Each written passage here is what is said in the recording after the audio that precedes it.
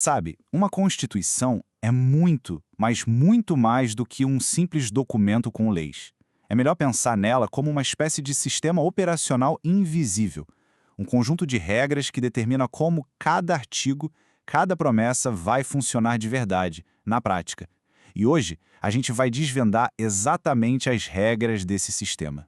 E a grande questão que guia essa nossa análise é a seguinte: quando se lê um direito garantido na Constituição, como saber se é possível exigi-lo imediatamente? Ou será que ele é só uma meta para o futuro? Por que alguns direitos são, assim, instantâneos e outros precisam de mais leis para serem ativados? É isso que a gente vai descobrir. Para entender isso, nosso roteiro está bem claro. Primeiro, vamos ver por que as palavras na Constituição têm forças diferentes. Depois, a gente define o conceito-chave de eficácia. Em seguida, vem o ponto central, os 3 níveis de poder que cada norma pode ter. E, por fim, por que tudo isso é tão importante no nosso dia a dia. Ok, o nosso ponto de partida é reconhecer que o texto constitucional não é todo igual. Algumas frases ali têm um poder que é absoluto, imediato, enquanto outras funcionam mais como uma declaração de intenções. E essa diferença nos leva direto ao nosso conceito central. E esse conceito é a eficácia. No mundo do direito, eficácia é basicamente a capacidade de uma lei de funcionar no mundo real. É como se fosse a medida de quão pronta para usar uma norma está desde que foi escrita. Toda norma constitucional tem algum tipo de eficácia, mas a intensidade dela varia, e muito. E essa ideia não surgiu do nada, não. A classificação que a gente vai explorar aqui foi brilhantemente organizada por um dos maiores juristas do Brasil, José Afonso da Silva. É a estrutura dele que nos dá um mapa bem claro para navegar pelo poder das normas da Constituição. Agora sim, vamos ao coração da nossa análise, a classificação desse poder. O José Afonso da Silva dividiu as normas em 3 categorias, dependendo da força e da aplicabilidade de cada uma. São elas: normas de eficácia plena, contida e limitada. O próprio nome já dá uma boa pista de como a norma funciona, né? Vamos olhar uma por uma para que tudo fique bem claro. Começando pelo topo, temos as normas de eficácia plena. A melhor forma de pensar nelas é como um interruptor que já vem na posição ligado de fábrica.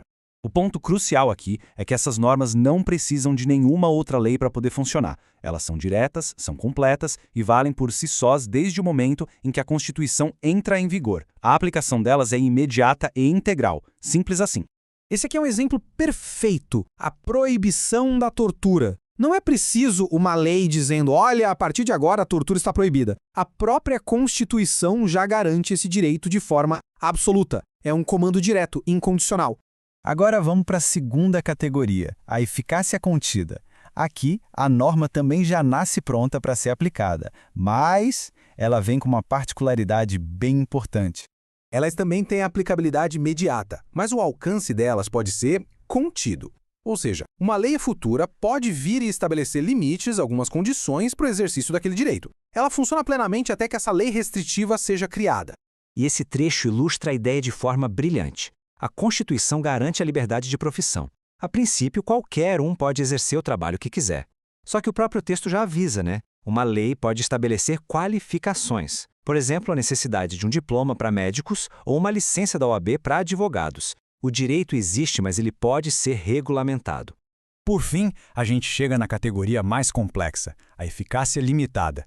Essas normas são como sementes plantadas pela Constituição.